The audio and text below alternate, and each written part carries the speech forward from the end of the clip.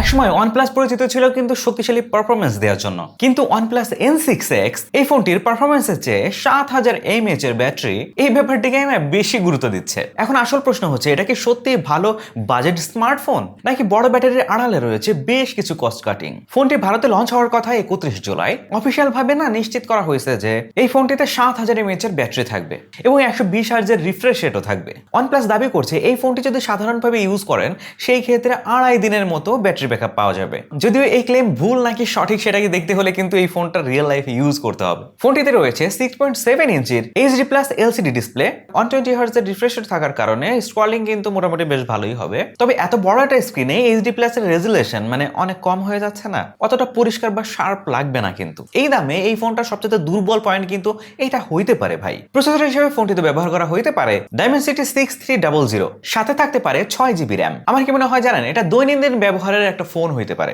তবে আপনারা যারা পুরনো সেই OnePlus এর ফ্ল্যাগশিপ কিলার লেভেলের পারফরমেন্স দেখে অভ্যস্ত, তারা কিন্তু হতাশই হবেন। 7000 mAh এর ব্যাটারি, এটা নিঃসন্দেহে এই ফোনটার সবচেয়ে বড় কি সেলিং পয়েন্ট। যারা বেশিরভাগ সময় আউটডোরে কাটান, ঘন ঘন ফোন চার্জ দিতে চান না, তাদের জন্য এই ফোনটা বেশ কার্যকরী হবে। তবে ফোনটিতে থাকতে পারে 45 ওয়াটের ফাস্ট চার্জিং সাপোর্ট। এই জিনিসটা কিন্তু অনেক কম হয়ে গেল। তবে যদি ব্যাকআপ ভালো পান সেই ক্ষেত্রে কিন্তু এই জিনিসটা পোষায় নিতে পারবে আমার মনে হয়। ক্যামেরা হিসেবে থাকতে পারে 50 মেগাপিক্সেলের সেন্সর, সাথে 8 মেগাপিক্সেলের সেলফি ক্যামেরা। কিন্তু শুধু 50 মেগাপিক্সেল দেখলেই তো হবে না, সফটওয়্যার প্রসেসিং এবং রাতে তোলা ছবি না দেখে কিন্তু ফাইনাল রেজাল্টটা বলা যাচ্ছে না যে এই বাজেট রেঞ্জের মধ্যে এটা বেস্ট কিনা। ভারতের সম্ভাব্য যে দাম সেটা যদি আমরা কনভার্ট করে দেখি, তাহলে আনুমানিক 28 থেকে 35,000 টাকার মতো প্রাইস রেঞ্জে থাকতে পারে এই ফোনটা, র্যাম রম ভেরিয়েন্ট ভেদে। তবে দাম 30,000 টাকার নিচে থাকলে হয়তোবা এই ফোনটা সার্ভাইভ করতে পারবে। কিন্তু যদি 35,000 টাকার বাজেট রেঞ্জে চলে যায়, তাহলে HD+ এর LCD ডিসপ্লে এবং দুর্বল প্রসেসরের কারণে OnePlus কিন্তু এই বাজেট রেঞ্জে অনেক নিচের অবস্থানে চলে যাবে ভাই।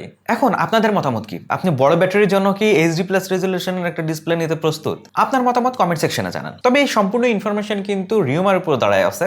ফোনটা লঞ্চ হওয়ার পর কিন্তু আসল রেজাল্ট দেখা যাবে। কেমন লাগলো আজকের ভিডিও জানাতে বলবেন না, জানিয়ে দিন কমেন্ট সেকশনে। চ্যানেলটি এখনো যারা সাবস্ক্রাইব করেননি, এখনই সাবস্ক্রাইব করে রাখেন। দেখা হচ্ছে পরবর্তী ভিডিওতে। আল্লাহ হাফেজ।